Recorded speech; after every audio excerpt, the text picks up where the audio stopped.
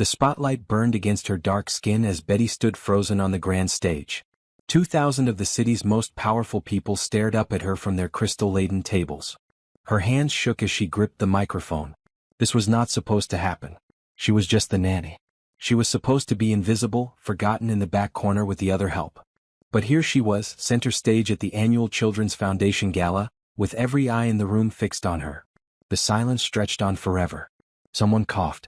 A chair scraped against the marble floor. She could hear her own heartbeat pounding in her ears. She started, then stopped. Her voice cracked. In the front row she saw him. Mr. Richardson. Her employer. The man who had changed her life in ways she never expected.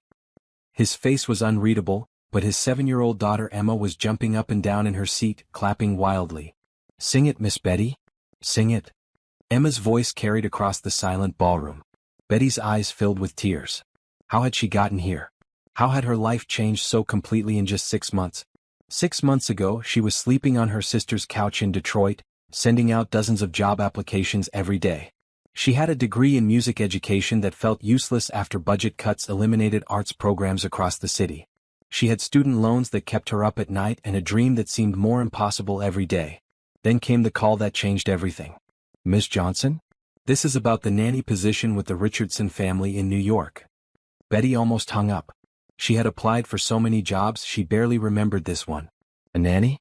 She had no experience with children except for watching her neighbor's kids sometimes. "The salary is $90,000 a year plus room and board," the woman continued. Betty's mouth fell open. 90,000? That was more than her mother made as a nurse after 20 years. "There's just one thing," the woman said. "Mr. Richardson is very particular about his daughter's care. She's been through 3 nannies in the past year. But something about your application caught his attention." What could possibly have caught a billionaire's attention about her simple resume? She had listed her music degree, her volunteer work at the community center, her church involvement. Nothing special. "Can you start next Monday?" That phone call felt like a lifetime ago. Now, standing on this stage, Betty understood why her life had taken this impossible turn. But the audience didn't know her story yet. They didn't know about the little girl who had been silent for 2 years after her mother's death. They didn't know about the man who had built walls around his heart so high that his own daughter couldn't reach him. They were about to find out. Betty took a deep breath and began to sing. Her voice started soft, shaky. But as the melody flowed through her, something magical happened. The fear melted away. The fancy dresses and expensive jewelry faded into the background. There was only the music, the words, and the story she needed to tell. Amazing grace, how sweet the sound. The spiritual her grandmother had taught her as a child. The song that had carried her through every hard moment in her life. The same song that had finally broken through to Emma just 3 months ago. As her voice grew stronger, she saw tears in the audience. She saw people reaching for their phones not to record but to wipe their eyes. She saw Mr. Richardson's face change, the mask he always wore beginning to crack. But she also saw something else. In the back of the room, by the kitchen doors, stood a woman in a server's uniform. A woman who looked exactly like her. A woman who shouldn't be there. Betty's voice wavered for just a moment, but she kept singing. Her mind raced. It couldn't be. After all these years, after all the searching, after all the pain. The song ended. The audience erupted in applause. But Betty barely heard it. She was staring at the woman in the back, who was now walking toward the stage with tears streaming down her face. "Ladies and gentlemen," the announcer's voice boomed, "let's give another round of applause for Betty Johnson, who will now share the remarkable story of how she saved one little girl's voice, and found her own family in the process." The audience quieted, leaning forward. They sensed something extraordinary was about to happen. Betty gripped the microphone tighter. How do you tell a room full of strangers that your life has been turned upside down? How do you explain that the little girl you were hired to care for ended up healing your broken heart? How do you describe the moment when everything you thought you knew about yourself changed? She looked out at the faces staring back at her. Rich people, poor people, black people, white people, all waiting to hear her story. In the front row, Emma was still bouncing with excitement. Mr. Richardson was watching her with an expression she had never seen before. And in the back, the woman who looked like her was getting closer. This was it. The moment when all the secrets would come out. The moment when she would have to explain how a simple nanny job had led to the most important discovery of her life. "You sure you got the right address, honey?" The taxi driver peered up at the massive building through his windshield. "This is some serious money territory." Betty double-checked the address on her phone. The Richardson family lived in a penthouse on the Upper East Side. The building looked like something from a movie, all glass and steel reaching toward the sky. "This is it," she said, trying to keep her voice steady. Her entire life fit into 2 suitcases sitting in the trunk. Everything she owned, every memory, every hope for the future. The doorman wore a uniform that probably cost more than her monthly rent back in Detroit. He looked her up and down with barely concealed suspicion. "Betty Johnson," she said, standing straighter. "I'm the new nanny for the Richardson family." His expression didn't change. "ID, please." She handed over her driver's license, acutely aware of how out of place she looked in this marble lobby. Her best dress was from a thrift store. Her shoes were practical, not fashionable. She had spent her last $20 on a proper handbag, hoping it would help her fit in. The elevator ride to the 40th floor felt like flying. Her ears popped. Through the glass walls, she could see the entire city spread out below. This was a different world, one where people lived in the clouds. The elevator doors opened directly into the penthouse. No hallway, no other apartments. Just straight into a living room that was bigger than her entire childhood home. "Ms. Johnson." She turned to find a tall, dark-skinned man in an expensive suit. This had to be Mr. Richardson. She had looked him up online, of course. James Richardson, 35 years old, self-made billionaire who had built his fortune in tech. Photos showed a confident man with a bright smile. But the person standing in front of her looked tired, older than his years. "Mr. Richardson," she said, extending her hand. "Thank you for this opportunity." His handshake was firm but brief. "Let me be clear about something, Ms. Johnson. You're the 4th nanny I've hired this year. The others didn't work out for various reasons. My daughter Emma is challenging." Betty nodded, trying to look more confident than she felt. "I understand. I'm ready for whatever challenges come up." "Are you?" His eyes were sharp, assessing. "Emma hasn't spoken in 2 years. Not since her mother died. She's seen therapists, doctors, specialists. Nothing has worked. She goes to school, she does her homework, she eats her meals. But she doesn't speak." The pain in his voice was unmistakable. This wasn't just about finding a nanny. This was about a father who was desperate to connect with his daughter. "Where is she now?" Betty asked. "In her room. She's always in her room when new people come to the house. She doesn't like strangers." He led her through the penthouse. Every room was decorated like a magazine spread. Perfect furniture, expensive art, not a single thing out of place. It was beautiful, but it felt cold. Like a museum instead of a home.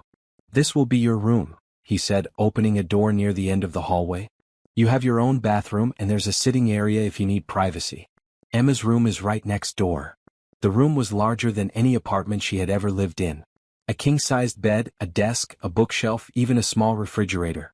Through the windows she could see Central Park spread out like a green carpet. "The salary we discussed includes all meals, utilities, and a monthly allowance for Emma's activities. You'll have weekends free unless there's an emergency. I travel frequently for business, so there will be times when you're solely responsible for Emma's care." "That's fine," Betty said, though her stomach fluttered with nerves. "What does she like to do? What are her interests?"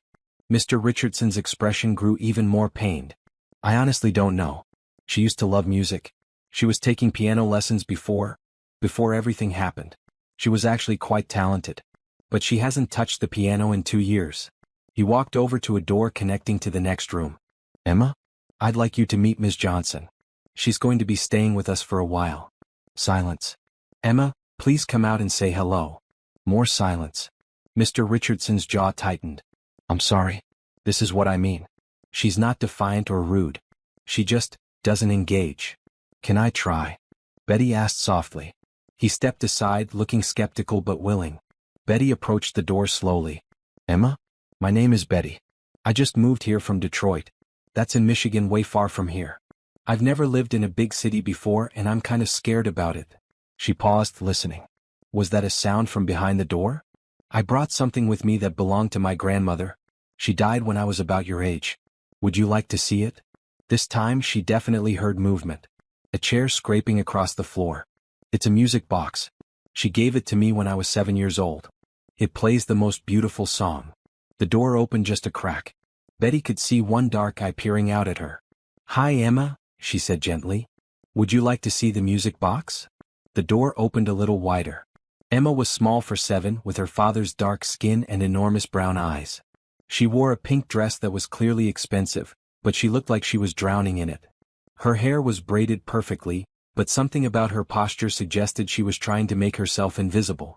Betty sat down on the floor, making herself smaller and less threatening. She reached into her purse and pulled out a small wooden box. It was nothing fancy, just something her grandmother had bought at a church bazaar decades ago. But when she opened it, a tiny ballerina began to spin as Fur Elise played in tinny, mechanical notes. Emma's eyes widened. She stepped fully out of her room for the first time, creeping closer to get a better look. "My grandmother told me that this ballerina was magic," Betty said, her voice barely above a whisper. "She said that if you made a wish while she was dancing, it might come true. But only if you really, really believed." Emma reached out one small finger to touch the spinning ballerina. When the music stopped, she looked up at Betty with such hope and longing that it took Betty's breath away. Behind them, Mr. Richardson stood in the doorway watching. His expression had changed completely. For the first time since she had arrived, he looked like he might actually smile. "Would you like to keep it in your room?" Betty asked Emma. "Just for a while?" Emma nodded enthusiastically. She took the music box carefully, holding it like it was made of glass. "Thank you," she whispered. It was so quiet that Betty almost missed it. But those two words, spoken in a voice like a rusty gate, were the most beautiful sounds she had ever heard. Mr. Richardson gasped. "Emma? Did you just—" But Emma was already disappearing back into her room, clutching the music box to her chest. Betty looked up at Mr. Richardson. His eyes were bright with unshed tears. "She spoke," he said, his voice full of wonder. "She actually spoke." 3 weeks passed and Emma's whispered "thank you" remained the only word she had spoken. But everything else about her was changing. She no longer hid in her room when Betty arrived each morning. She would sit at the kitchen table while Betty made breakfast, watching every move with curious eyes. "Good morning, sunshine," Betty would say, and Emma would smile. A real smile, not the polite one she used for her father and the other adults in her life. Betty had learned Emma's routine. Private school from 8 to 3, then homework time, then dinner with her father if he was home. But the evenings were when Emma came alive.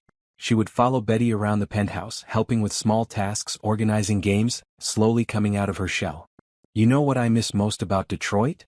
Betty asked one evening as they sorted Emma's books. "The music. There was always music playing somewhere. Someone had their radio on, or the church choir was practicing, or kids were singing jump rope songs on the street." Emma's head tilted with interest. "Your daddy told me you used to play piano. Do you miss it?" Emma's face clouded over. She shook her head quickly and turned back to her books. "That's okay," Betty said gently. "Sometimes when we lose someone we love, the things that used to make us happy remind us of them instead. That can hurt." Emma looked up at her with those enormous eyes, and Betty saw understanding there. This little girl was carrying so much pain. "My grandmother used to sing to me every night before bed," Betty continued. "After she died, I couldn't listen to music for almost a year. It made me too sad. But then one day I realized that when I sang her songs, I felt close to her again. Like she was still with me." Emma considered this seriously. Then she walked over to Betty and climbed into her lap. "Would you like me to sing to you?" Betty asked. Emma nodded. Betty began to hum softly, then added words. "His eye is on the sparrow and I know he watches me." Her grandmother's favored hymn, the one that had gotten her through countless difficult nights. Emma relaxed against her, and for the first time in weeks, Betty felt like she was doing something right. The next morning, Emma was waiting for her in the kitchen, still in her pajamas. "Good morning, sunshine," Betty said, expecting Emma's usual smile. Instead, Emma opened her mouth and in a voice like a creaky door said, "Good morning." Betty nearly dropped the egg she was holding. "Emma, you spoke." Emma grinned, obviously pleased with herself. "Wait until your daddy hears this," Betty said, reaching for her phone. But Emma grabbed her hand and shook her head. She pointed to herself, then to Betty, then held up one finger. "Just between us. You want this to be our secret for now?" Betty asked. Emma nodded. "Okay," Betty said, though she was bursting to tell someone. "Our secret." Over the next few days, Emma began speaking more. Just to Betty and only when they were alone. Her voice was rusty from disuse, but she was trying. She asked questions about Detroit, about Betty's family, about the music box. "Where did your grandmother get it?" Emma asked one afternoon as they walked through Central Park. "She bought it at a church sale when she was young. She said it was the first thing she ever bought for herself with her own money." "Was she poor?" "Very poor. She grew up in Mississippi during segregation. That means black people and white people weren't allowed to go to the same schools or eat at the same restaurants. Emma's eyes widened. That's not fair. No, it wasn't. But she never let it make her bitter. She always said that music was the one thing nobody could take away from her. She could carry it with her wherever she went. They walked in comfortable silence for a while. Then Emma said, "I miss my mommy." Betty's heart clenched. "I know you do, sweetheart. Tell me about her." "She used to sing to me. She had a beautiful voice. We would sit at the piano together and she would teach me songs." "What was your favorite song?" Emma thought for a moment. "Amazing Grace. She said it was about finding your way when you're lost." Betty stopped walking. "That's my favorite song too." "Really? Really? My grandmother taught it to me." Emma was quiet for a long time. Then she said, "Will you teach me to sing it?" "I would love to." That evening, while Mr. Richardson was at a business dinner, Betty and Emma sat at the piano bench together. The instrument was beautiful, a grand piano that probably cost more than most people's cars. But it was covered in dust. "I haven't played in a long time," Emma said, running her fingers over the keys without pressing them. "That's okay. We're just going to sing today." Betty began the familiar melody. "Amazing Grace, how sweet the sound." Emma listened, then joined in with a voice that was small but pure.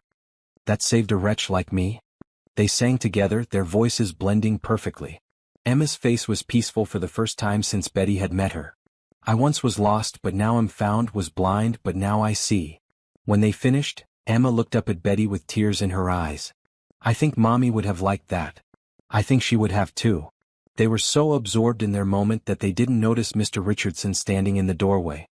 He had come home early and heard the singing from the elevator. He watched his daughter's face, saw the joy and peace there, and felt his own eyes fill with tears. For the first time in 2 years, Emma looked like herself again. The next morning, Emma was waiting for Betty with a request. "Can we sing again today?" "Of course. But Emma, I think it's time to share your voice with your daddy. He misses hearing you talk." Emma's face scrunched up with worry. What if he's too sad? What if he's happy? Emma considered this. "Will you be there?" "If you want me to be." That evening, when Mr. Richardson came home from work, Emma was waiting for him in the living room. Betty sat nearby, offering silent support. "Daddy?" Emma said, her voice clear and strong. Mr. Richardson dropped his briefcase. "Emma? I missed you today." He crossed the room in 3 quick steps and scooped her up in his arms, tears streaming down his face. "I missed you too, baby girl. I missed you so much." Emma wrapped her arms around his neck. "I'm sorry I stopped talking. I was scared that if I talked about Mommy, it would make you cry." "Oh, sweetheart," he said, holding her tighter. "I cry because I miss her, not because you talk about her. I want to hear about Mommy. I want to hear everything."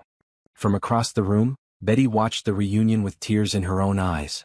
This was why she was here. This was what mattered. But she had no idea that the biggest surprise was yet to come. "I have something to tell you," Mr. Richardson said one evening after Emma had gone to bed. "About why I hired you." Betty looked up from the book she was reading.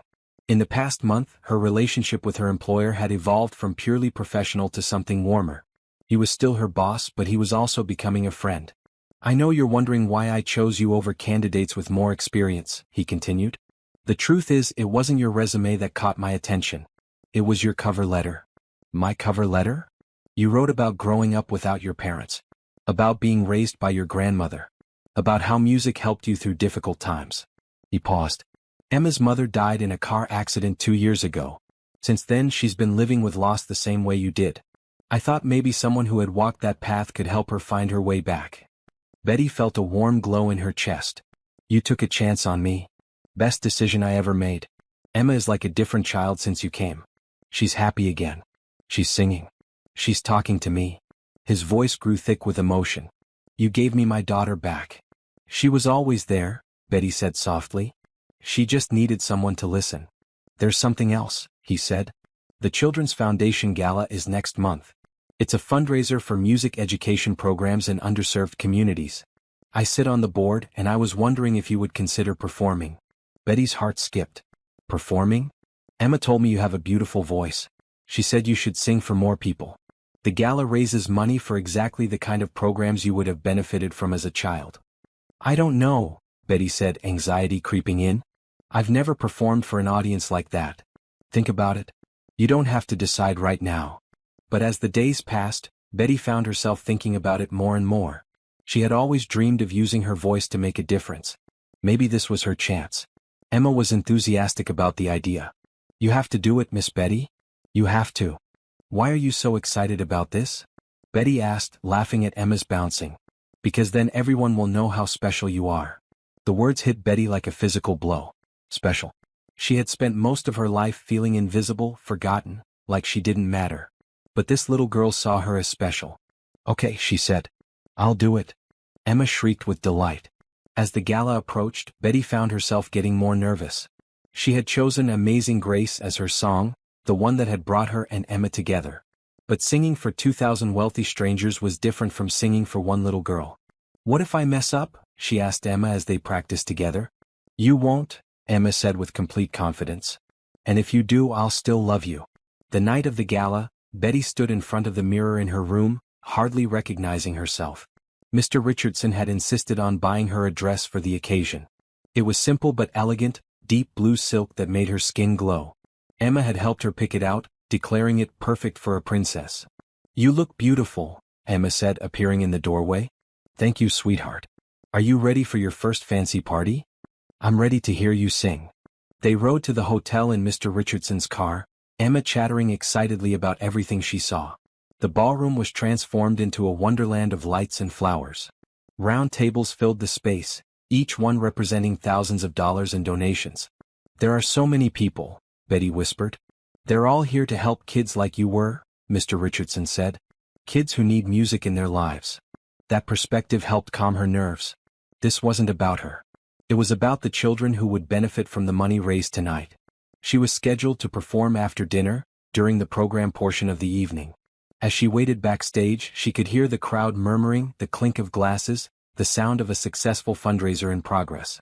"Ladies and gentlemen," the announcer said, "our next performer is Ms. Betty Johnson, nanny to the Richardson family and a graduate of Detroit's music education program. She's here to share her story and the song that changed her life." This was it. Betty walked onto the stage, the lights nearly blinding her. The audience was a sea of faces, all looking at her expectantly. And then she saw Emma in the front row, giving her a thumbs up. She began to sing. "Amazing Grace, how sweet the sound that saved a wretch like me." Her voice was strong, clear, filled with all the emotion of her journey. She sang about being lost and found, about the power of music to heal, about the love that had brought her to this moment. The audience was completely silent, transfixed. She could see tears on faces, people reaching for tissues, the universal power of music touching hearts. "I once was lost but now am found, was blind but now I see." As the final note faded, the silence stretched on for a heartbeat. Then the applause began, building like a wave until the entire room was on its feet. But Betty barely heard it. Because standing in the back of the ballroom, tears streaming down her face, was a woman who looked exactly like her. The same dark skin, the same bone structure, the same eyes. But older, wearing a server's uniform, clutching a tray with shaking hands. It couldn't be. After 25 years of searching, after giving up hope, after accepting that she would never know the truth about her family, the woman was pushing through the crowd, moving toward the stage. Their eyes met across the room, and Betty saw her own desperate hope reflected back at her. "Betty?" The woman's voice carried over the applause. "Betty Johnson?" The microphone was still in her hand. The entire ballroom could hear. "Yes," Betty whispered. "I'm your sister." The words hit her like lightning. Her sister. The sister she had searched for, the family she had dreamed of finding, the missing piece of her heart. "I'm Denise," the woman said, now close enough to the stage that they could really see each other.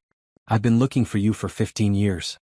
The audience had quieted, sensing that something extraordinary was happening. This wasn't part of the program. "I work catering," Denise continued, her voice shaking. "I wasn't supposed to be in the ballroom, but I heard someone singing Amazing Grace, and I had to see. It was our grandmother's favorite song. She used to sing it to us when we were little." Betty's knees went weak. She sat down hard on the edge of the stage, the microphone forgotten in her lap. "Our grandmother?" she whispered. "Grandma Ruth. She raised us both until—" Denise's voice broke. "Until the state separated us. I was older, so I went to one home and you went to another. I've been searching for you ever since I aged out of the system." The ballroom was completely silent now. 2,000 people holding their breath as they witnessed a miracle. I knew it was you, Denise said, climbing onto the stage. I knew that voice. I knew that song. She reached out and touched Betty's face with trembling fingers. My baby sister. I found you.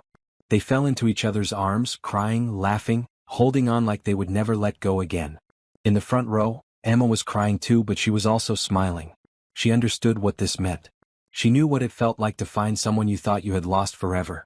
Mr. Richardson was on his feet, applauding not for the performance but for the reunion. The entire ballroom joined in, 2,000 strangers celebrating the power of love, music, and family. When they finally pulled apart, Betty looked out at the audience with tears streaming down her face. I came here tonight to sing about being lost and found, she said into the microphone. I had no idea I was about to live it. The applause was thunderous. 6 months later, Betty stood in the kitchen of her new apartment, making breakfast for 3. The apartment was small compared to the Richardson penthouse, but it was theirs. Hers and Denise's and Emma's on the weekends. Good morning, sunshine, she called as Emma bounded into the kitchen, already dressed for school. Good morning, Miss Betty. Good morning, Aunt Denise. Denise looked up from the stove, her face glowing with happiness. Good morning, baby girl. Pancakes are almost ready. It had taken time to adjust to their new life. Denise had moved in with her sister, and together they had created the family they had both been searching for. Mr. Richardson had been incredibly supportive, helping Denise find a better job and insisting that Betty continue as Emma's nanny even after she moved out. I need you both, he had said simply. Emma needs you. And frankly, so do I. Their relationship had evolved into something deeper than employer and employee. They were family now, chosen family that had formed through love and circumstance. Are you nervous about today? Denise asked as she served the pancakes. Today was the opening of the Betty Johnson Music Center, a program funded by the money raised at the gala. The story of the sisters' reunion had touched so many hearts that donations had poured in far beyond the original goal. They had enough money to open 3 music centers across the city. A little, Betty admitted, but excited more than nervous. You should be excited, Emma said, syrup dripping from her chin. You're going to help so many kids.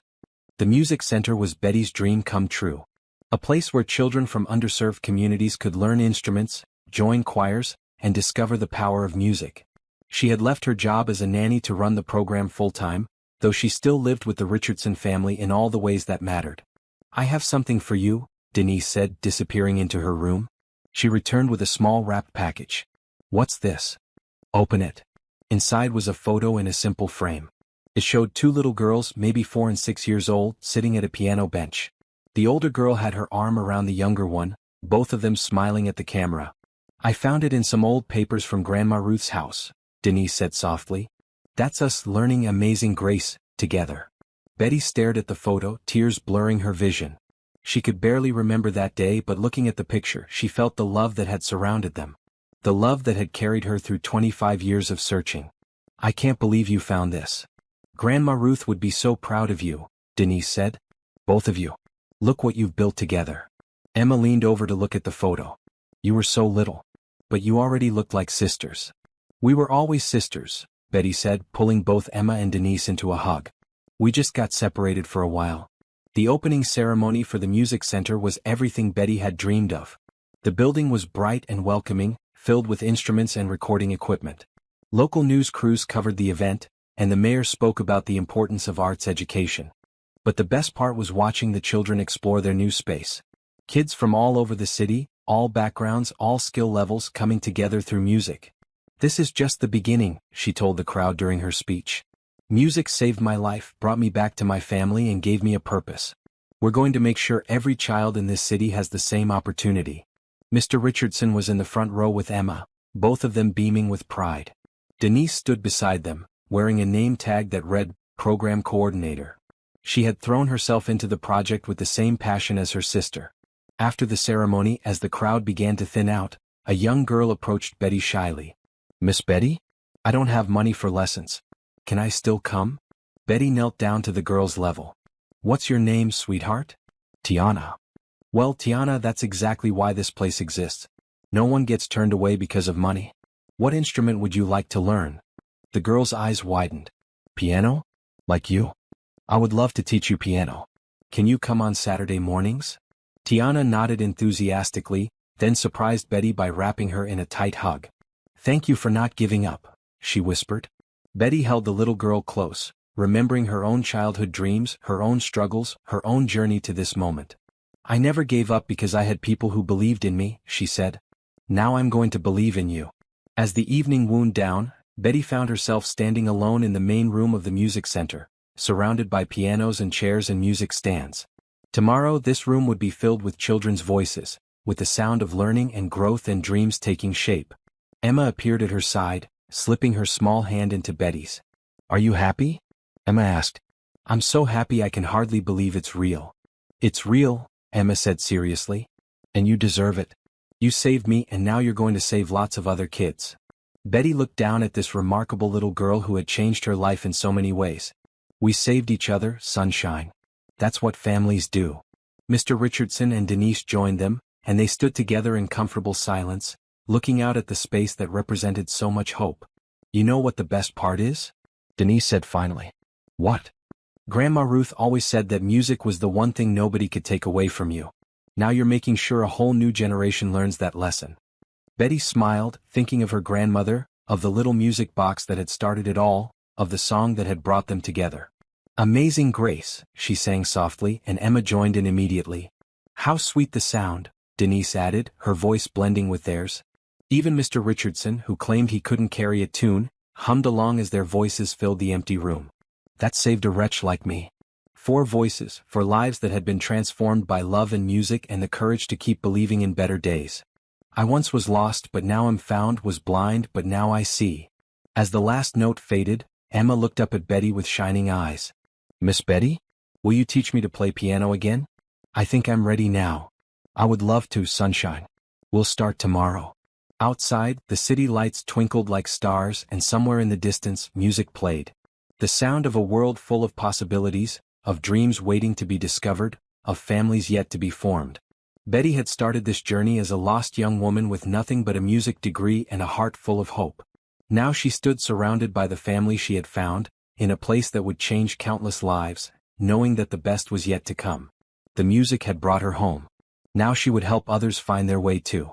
And in her pocket, her grandmother's music box played its tiny, perfect song, reminding her that some magic never fades.